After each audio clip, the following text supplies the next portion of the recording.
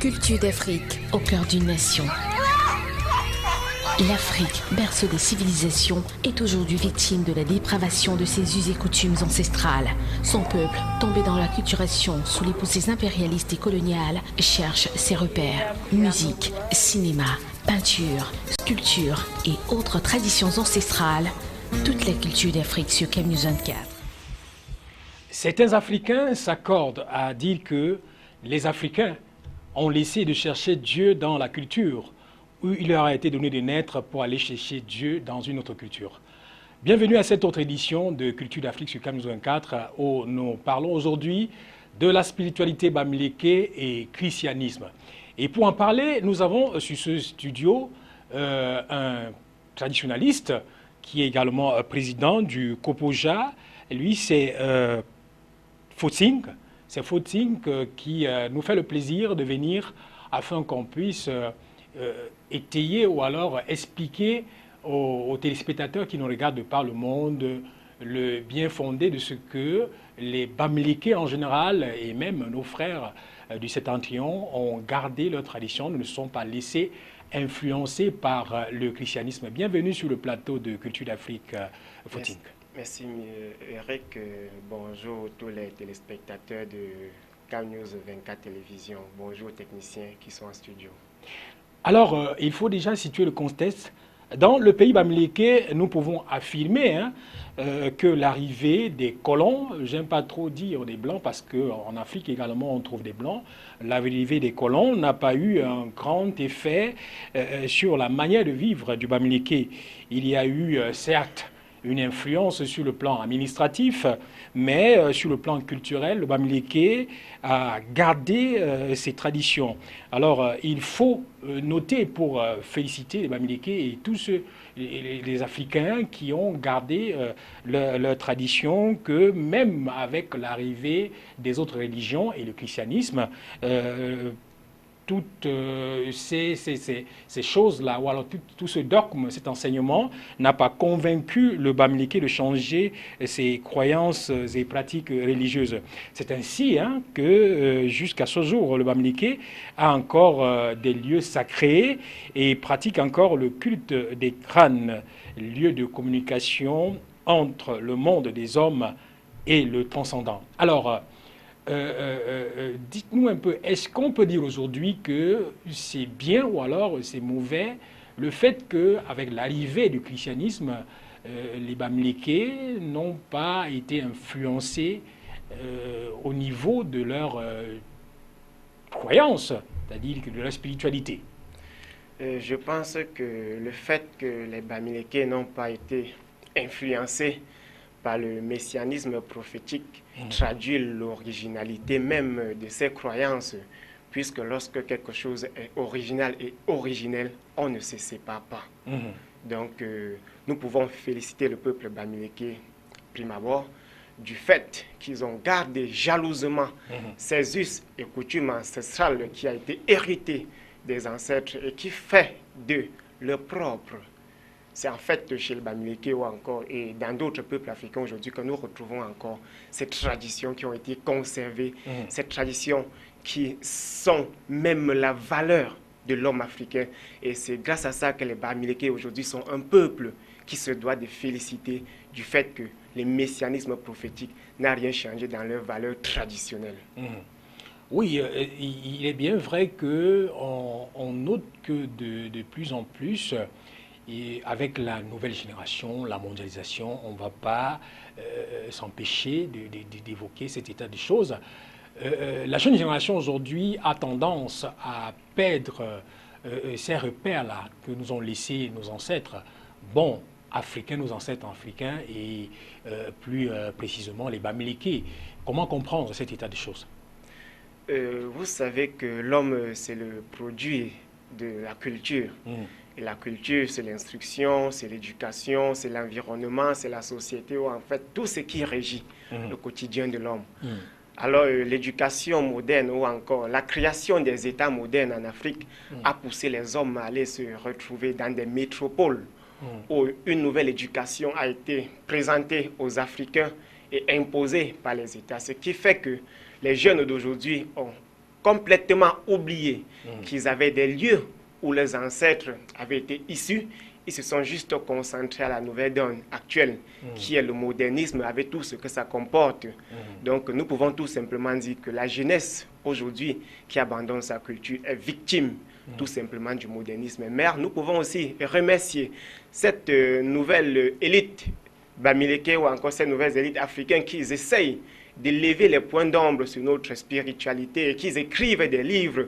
Nous pouvons également féliciter les communautés villageoises qui organisent de temps en temps des festivals culturels pour demander à ces jeunes de retourner aux sources afin de s'approprier de ce qui est même le fondement de leur vie, le fondement de leur conscience, cette conscience typiquement africaine, inscrite dans leur tradition qui ne construisait que la paix, l'amour et le partage.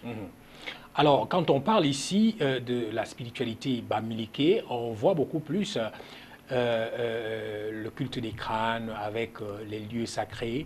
Bon, est-ce qu'il y a une nette différence entre peut-être quelqu'un qui est né et est resté ancré à la tradition de ses ancêtres, de ses parents, et ne croit que au lieu sacré, à la case des crânes, comme on a l'habitude d'appeler, c'est-à-dire que pour lui, quand il a un problème, quand il veut s'adresser au Dieu Tout-Puissant, à l'Éternel, notre Seigneur, il sait qu'il va aller dans la case des crânes familiales, ce lieu, le sanctuaire familial, pour s'adresser à l'Éternel, au lieu que d'aller à l'église ou alors dans n'importe quel temple. Est-ce qu'il y a une différence entre ces deux personnes-là? Celui qui choisit plutôt d'aller dans une église pour s'adresser à l'Éternel et celui qui dit, bon, je reste... je garde chèrement ma tradition. Mes parents, avant de naître, mes parents croyaient à ceci. Bon, je continue à croire à ces traditions-là. Et quand je veux m'adresser à Dieu, je vais tout simplement m'agenouiller dans la case des crânes au lieu que d'aller à l'église. Est-ce qu'il y a une différence entre ces deux personnes? Je ne parlerai pas d'une différence parce qu'il n'y a pas de différence entre la vie et la vie. La spiritualité bamileke, c'est la vie. Le christianisme, c'est la vie. Donc la vie ne convertit pas la vie. Voilà, en fait. Ce que je dois plutôt parler, c'est le fait de croire qu'il y a une spiritualité universelle. Le messianisme prophétique a apporté une tendance cristallisée dans la prétention à être le peuple élu par Dieu et envoyé sur la terre pour convertir ou sauver les autres déclarés impies, idolâtres, féticheurs et autres. Mais je dois dire que dans la spiritualité bamileke, nos ancêtres ne nous avaient jamais appris à être des suprématistes. On n'a jamais rêvé d'aller imposer notre système de croyance à qui que ce soit de l'autre bout du monde. Nous savions que chaque spiritualité est fondée sur l'environnement, sur le climat, sur le relief, en fait sur tout ce qui constitue le milieu où la spiritualité est inscrite. Ceci voudrait dire, dans le messianisme prophétique, on parle d'un Dieu assis sur un trône qui lance le commandement sur la terre à travers des hommes, et ces hommes qui viennent écrire des lois en ignorant non seulement l'évolution du monde, en ignorant la structure socio-culturelle des peuples. Or, lorsque nous parlons de la spiritualité bamileke, nous préférons rester dans le cadre de la spiritualité bamileke pour ne pas dire la spiritualité de l'homme. Pourquoi? Parce que les bamileke est un peuple. Ils ont des us, coutumes et traditions. Donc tous ceux qui sortent de leur propre pour s'approprier du messianisme prophétique et de toute autre forme de spiritualité ou de culture, ils font face à un problème identitaire. Vous allez voir les conséquences aujourd'hui dans nos sociétés africaines.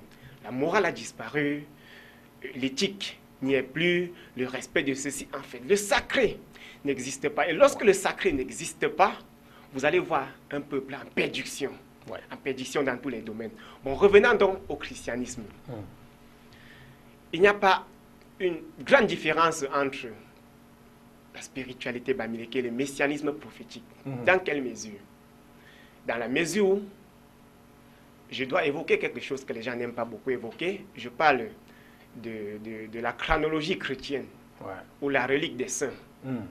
Cette tendance peu chrétienne chez les catholiques, je dois insister parce que le catholicisme, c'est même le fondement du christianisme et tous ces sectes qui y dérivent sont juste le fruit des éclatements internes en fonction de certains intérêts sur le plan spirituel ou culturel ou encore sur le plan financier, puisque nous savons que ces spiritualités sont en général au service des oligarchies pour dominer le monde. Il ne faut pas avoir peur de le dire. Donc, la chronologie chrétienne, c'est quoi? C'est un morceau d'un homme érigé justement ou injustement au rang d'un saint que l'on utilise pour fonder une église. Ces églises, généralement, portent le nom de ce soi-disant saint.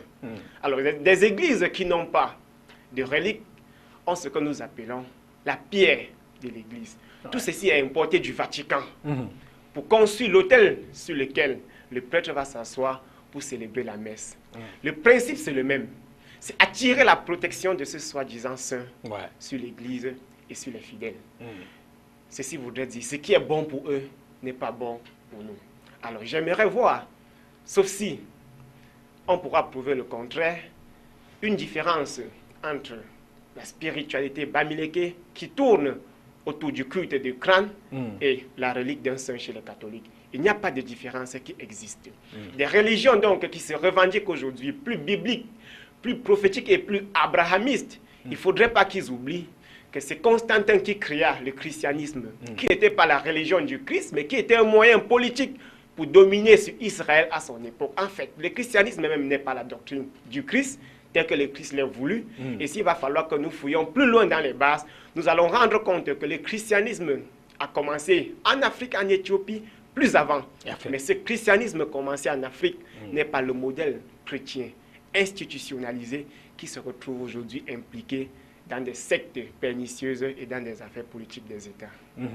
Bon, et également, ici, il faut noter une chose, c'est quoi? C'est que on constate, hein, c'est un constat que j'ai fait quand je fais un peu le tour de l'Ouest Cameroun, c'est-à-dire le pays bamileke, on constate qu'il y a plus de...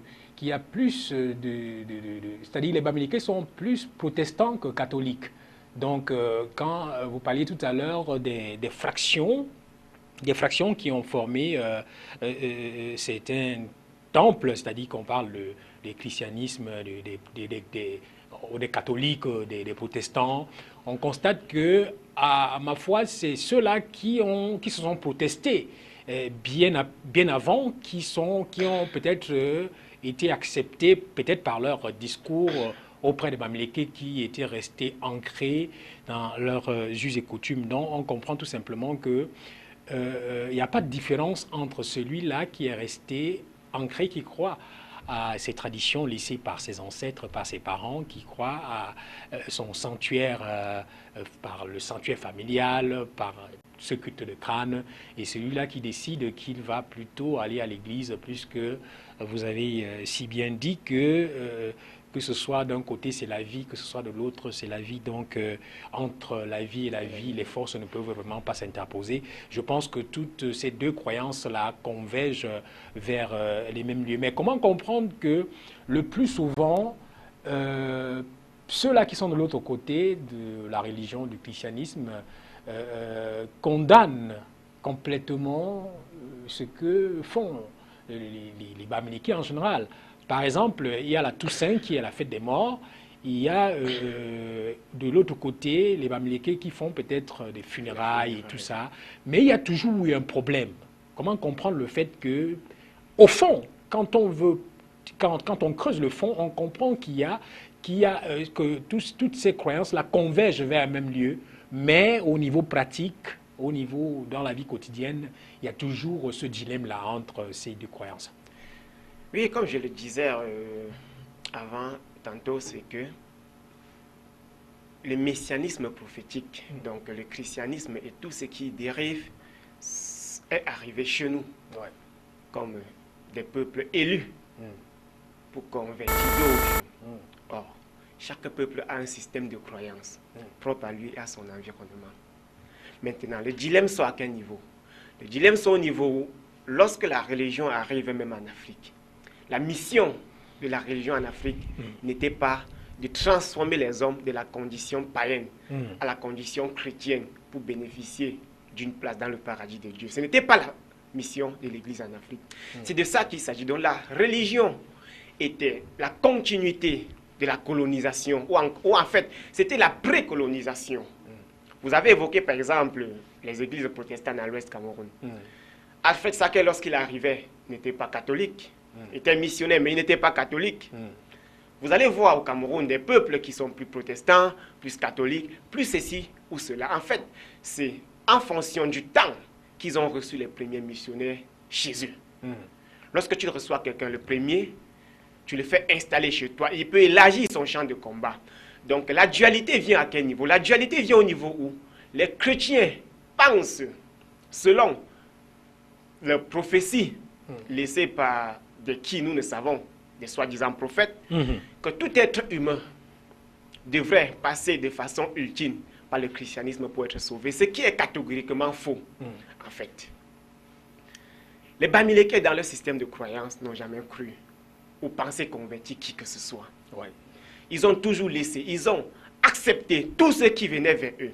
On avait appris le respect de l'étranger, la réception de l'étranger. C'est pour ça que vous allez voir chez les Bamileke, les chrétiens ont été facilement introduits dans notre système de croyance. Ils sont venus puiser beaucoup, parce que si nous remontons loin à la base, nous allons voir que tous ces rites, coutumes et traditions que venait l'Église catholique aujourd'hui a été puisé dans l'Afrique, dans l'Égypte antique. Mais ça, ce n'est pas le débat d'aujourd'hui.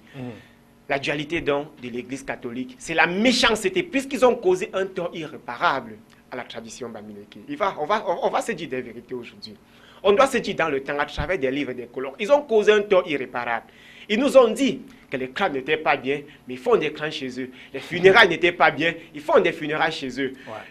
Les rites n'étaient pas bien, ils ont le mercredi des cendres où on met sur le front des fidèles des cendres. Il y a des jeunes. Ils oublient en fait que dans notre propre tradition, il y avait de la morale, de la justice, du sacré.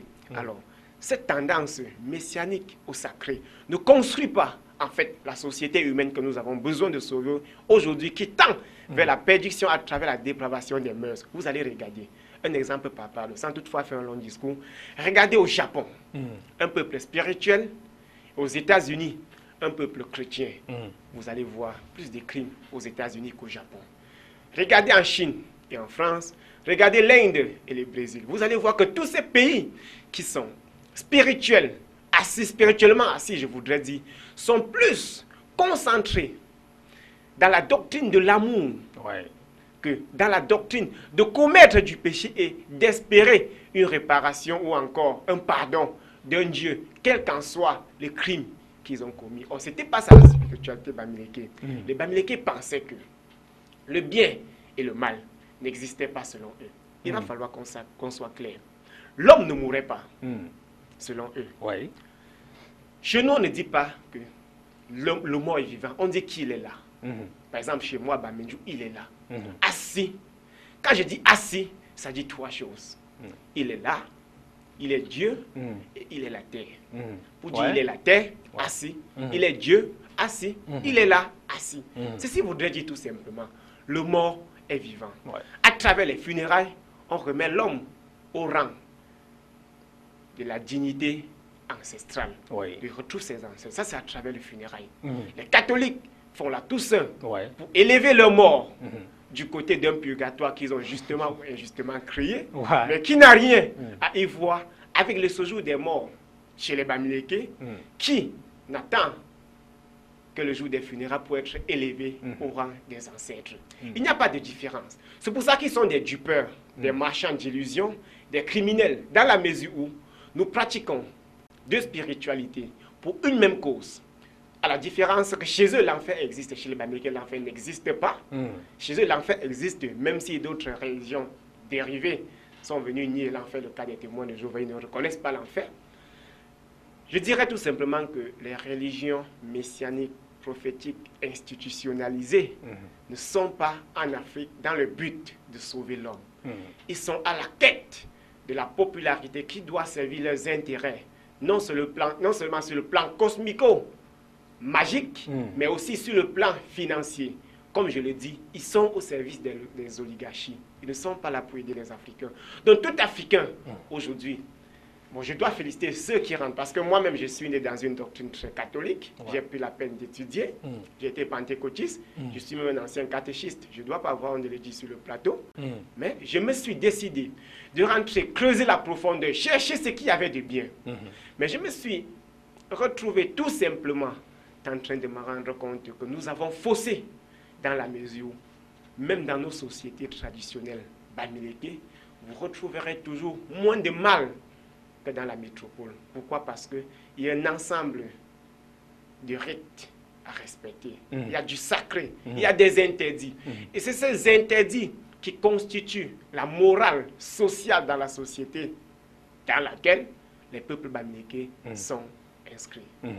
Donc, pour embrayer dans le même sens, parler chez les bamileke, il y a le respect, il y a la morale.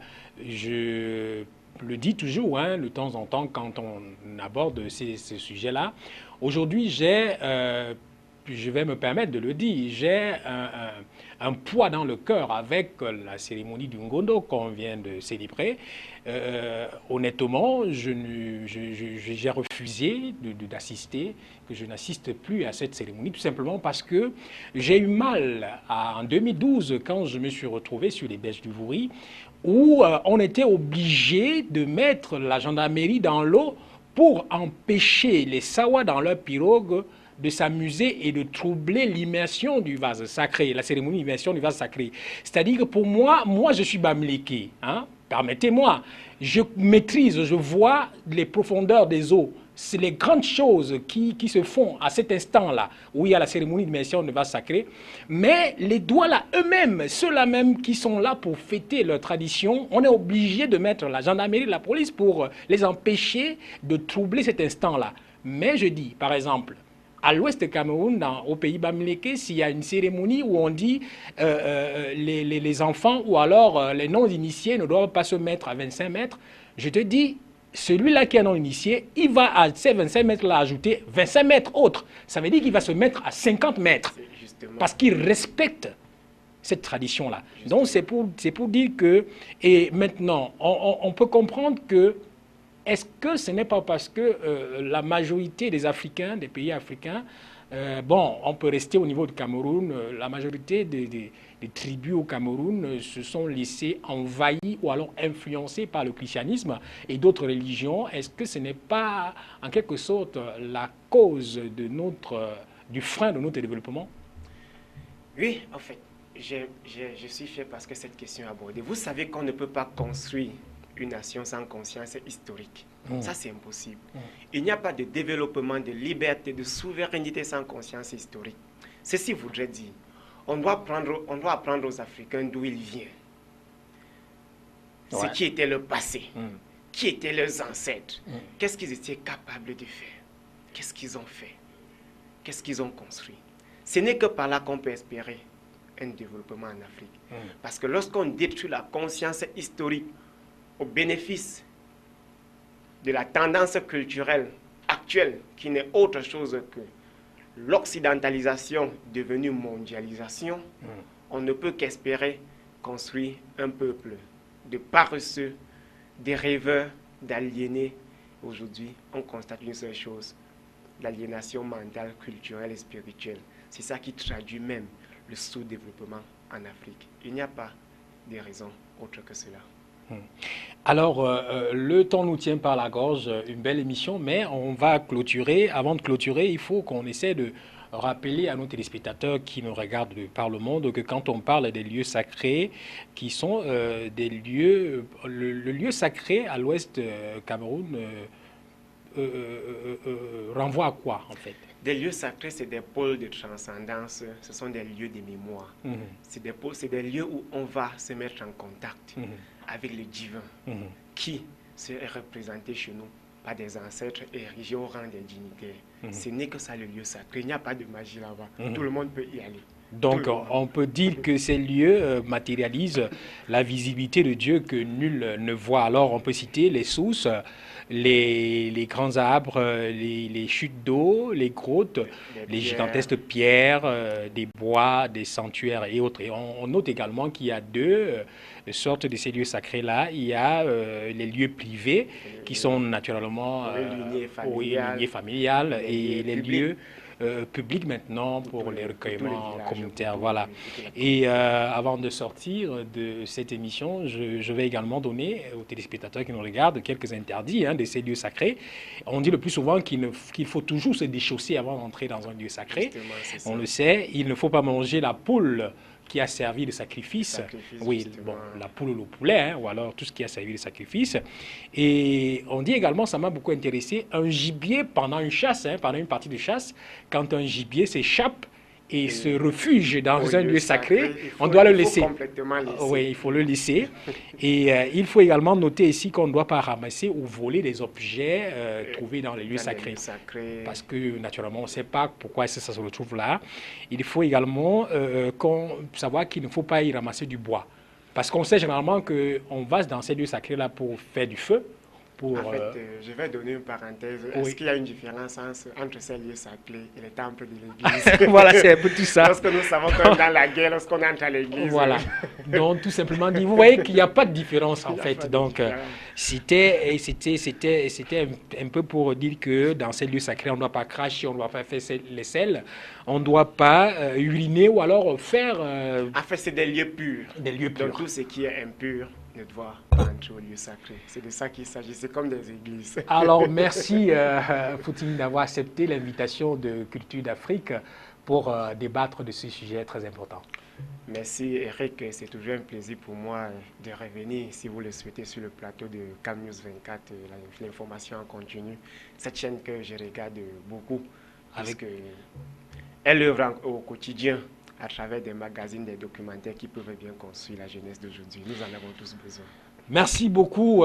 Serait également la bienvenue sur le plateau de Culture d'Afrique pour parler d'autres sujets aussi pertinents pour notre culture, notre tradition en tant que traditionnaliste.